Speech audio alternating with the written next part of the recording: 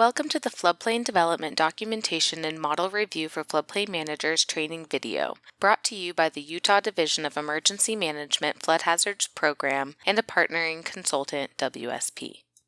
In this training video, we will cover the community's responsibility related to floodplain development permits, how to evaluate proposals for development in flood-prone areas, flowcharts and checklists that have been created to guide you through the process, and finally, some common errors and red flags to look out for.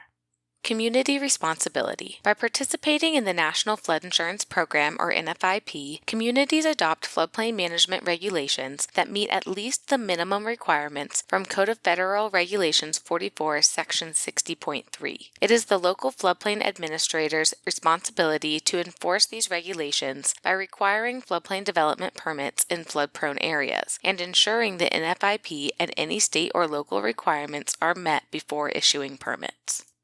Floodplain development requirements are based on what type of special flood hazard area has been identified in your community. These can be found on the flood insurance rate maps. We will cover each of the four categories listed in 44 CFR 60.3 and discuss what the floodplain management regulations are and whether a hydrologic and hydraulic analysis is required to demonstrate the regulations have been met. The first category is Section 60.3a, no special flood hazard areas provided, which could be due to low flood risk in the area or could be due to the area not having been studied yet. Based on the regulations, an H&H analysis is not required, but it is still the community's responsibility to confirm that the development is reasonably safe from flooding. To confirm this, you would want to consider whether this area is known to be flood-prone or near a flooding source. FEMA typically considers streams that have at least 1 square mile of drainage area. If the area is suspected to be flood-prone, consider following the requirements of a Zone A, which we will discuss next. The second category is Section 60.3b, special flood hazard areas without published water surface elevation data. These are approximate studies and designated as Zone A on the firm maps. The community is responsible for ensuring the proposed development is reasonably safe from flooding. If the development is at least 50 lots or 5 acres, whichever is less, a base flood elevation must be used to demonstrate the development is reasonably safe from flooding. If BFE data cannot be interpolated from existing effective data, a limited H&H analysis is required. An example would be using USGS regression equations for hydrology and normal depth calculations for hydraulics in the vicinity of the development. If the development is smaller than 50 lots and 5 acres, it is up to the floodplain administrator's discretion on how reasonably safe from flooding is demonstrated. The third category is Section 60.3c, special flood hazard areas with published base flood elevation data, but without regulatory floodway data. The community is responsible for ensuring the proposed development will not increase the BFE more than 1 foot anywhere in the community. To demonstrate this, a floodplain encroachment analysis is required. In most cases, this will include a hydrologic and hydraulic or H&H analysis that leverages the effective FEMA model, updates it to existing conditions, and then compares the existing conditions results to the proposed conditions results and show a maximum of 1 foot increase in the base flood elevation. We will cover this process and how to review it in detail later in the video. The fourth category is Section 60.3d, special flood hazard areas with published base flood elevation data and regulatory floodway data. When floodways are designated, the floodplain is split into the floodway and the floodplain fringe. The floodway represents the area that conveys the majority of the floodwaters and typically has the highest velocities. It is calculated by blocking off conveyance areas from the left and right overbanks until the resulting increase in water surface elevation is not higher than 1 foot anywhere in the model. The floodplain fringe is the area of the floodplain outside of the floodway. Development is allowed in the floodplain fringe. Development is only allowed in the floodway if it can be demonstrated that the development will not cause an increase in the BFE at any point in the model, which is also known as the no-rise criteria. It is the community's responsibility to ensure the proposed development meets the no-rise criteria if within the floodway. In most cases, the permit applicant will need to demonstrate no-rise through an H&H analysis and a no-rise certification, which we will detail next. The no-rise criteria could also be met by other means, such as redesigning to avoid the floodway, spanning the floodway with a bridge, or limiting the development to a hydraulic shadow. H&H analyses used to demonstrate the proposed development meets the floodplain management requirements should be performed and stamped by a qualified registered professional engineer with H&H experience. Documentation of the analyses should be included with the floodplain development permit application. And most importantly, the analyses should show less than or equal to 1.00 feet increase in the BFE for special flood hazard areas without floodways, and less than or equal to 0.00 feet increase in the BFE for special flood hazard areas with floodways. This is an overview of the process an engineer should use to perform the H&H analysis to demonstrate regulation compliance. The process is the same for 60.3C and 60.3D special flood hazard areas, with the only difference being the allowed increase in the BFE between the existing conditions and the proposed conditions. The first step is to obtain the effective FEMA hydraulic model if it is available, typically from FEMA's Flood Risk Study Engineering Library. The next step is to duplicate the effective model if necessary. This is typically done when the effective model was created in a software version that is no longer accepted by FEMA. In this case, the effective model would be copied and run in a newer software version. The next step is to correct the effective model if necessary. The engineer would copy the duplicate effective model if that was created. If not, the engineer would copy the effective model. Then changes would be made due to technical errors in the modeling and/or changes in the floodplain that occurred prior to the date of the effective model. One example is a datum conversion.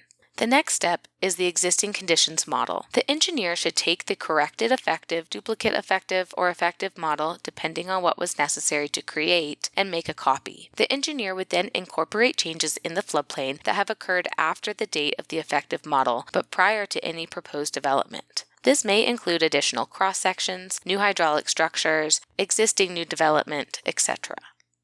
Next, the engineer would make a copy of the existing conditions model and update it to reflect the proposed development conditions. The only differences between the existing conditions model and the proposed conditions model should be the proposed development. Next, the engineer would compare the water surface elevation, or BFE, results between the existing conditions and the proposed conditions models at all cross-sections. For 44 CFR 60.3C special flood hazard areas, there should be less than or equal to 1.00 feet increases for all cross-sections. For 44 CFR 60.3D special flood hazard areas, there should be less than or equal to 0.00 feet increases on all cross-sections. Lastly, if the analysis shows the proposed development meets requirements, the engineer will prepare the floodplain development permit application and the supporting technical documentation. If the analysis shows the proposed development does not meet requirements, they should not submit the permit application. Instead, next steps could include redesigning the development to meet requirements, compensate for the loss of conveyance area with cut and fill, or discuss the option for a conditional letter of map revision, or CLOMAR, with the community.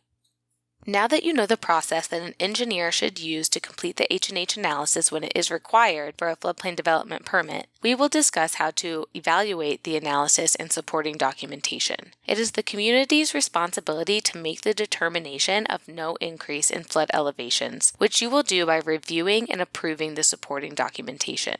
If you believe there is not enough information provided or the results do not adequately show regulation compliance, you are not obligated to accept the H&H analysis.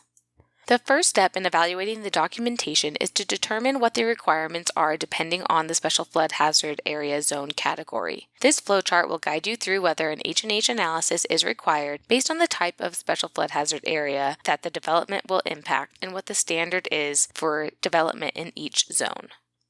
If an H&H analysis is required, you should first check that the application includes all the necessary information you need to evaluate it. As part of this training, we have developed two sets of checklists, one for floodplain encroachment analysis purposes and one for no-rise certification purposes. Each includes a completeness check and an accuracy check. Before diving into the details of the submittal, first check that everything has been provided to you by the applicant. There should be a form or a memo that has been stamped by a registered professional engineer. The engineering models and/or printouts of the models should be provided to you. Lastly, there should be technical supporting documentation included that describe the project overview, methods, results, and findings. Work maps should be included that show the topography, effective floodplains, design plans, etc. that allow you to easily review the analysis. If something is missing, ask that it be provided. Once you have received all the necessary documentation, you can move to the accuracy checklist. The memo or letter should include the professional engineer's signature and stamp, identifying information for the project and flooding source, and language that certifies the proposed development meets requirements. The project narrative should include details of the proposed development and the H&H methodology used. It should reference the work plans provided. Any special conditions, such as conveyance easements or specific landscaping allowances, should be well documented. The memo should also detail where the effective model was obtained from and the changes made to each subsequent version of the model: duplicate, corrected effective, existing conditions, and the proposed conditions model. The results section of the memo should include a table that compares the base flood elevations of at least the existing conditions and proposed conditions models. It is best to report the BFEs for all model versions. Cross-section information such as stationing, location of the study limits, hydraulic structures, and location of development should be noted. Lastly, you should verify that BFE comparisons result in acceptable increases.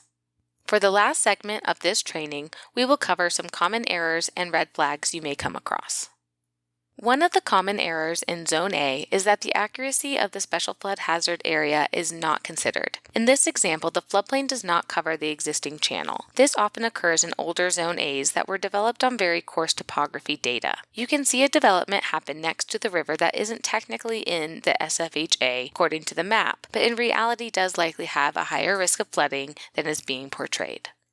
Another red flag is justifying a no-rise certification for an increased culvert or bridge size without considering changes to the overtopping elevation. Oftentimes, when a culvert size is increased, the road must also be raised. If the existing condition has the road overtopping and you raise the road, you could end up causing a rise even with an increase in culvert size due to backing up more water. Some other common red flags include not using the effective model, but instead creating your own new model. Not using the correct vertical datum. This should be consistent across models after being adjusted in the corrected effective version of the model. Inappropriate use of LOMA and LOMER F. LOMAs are used to certify that a structure is out of the floodplain based on its existing condition elevation. A LOMER F is used for when a development brings in fill material to elevate the home to get it out of the floodplain. Not modeling the entire reach that could be impacted by the development. Not identifying all floodplain encroachments planned, such as not including landscaping, driveways, etc. that could impact the floodplain. This concludes the training video. Please find the associated training materials on Utah's flood hazard website. Thank you.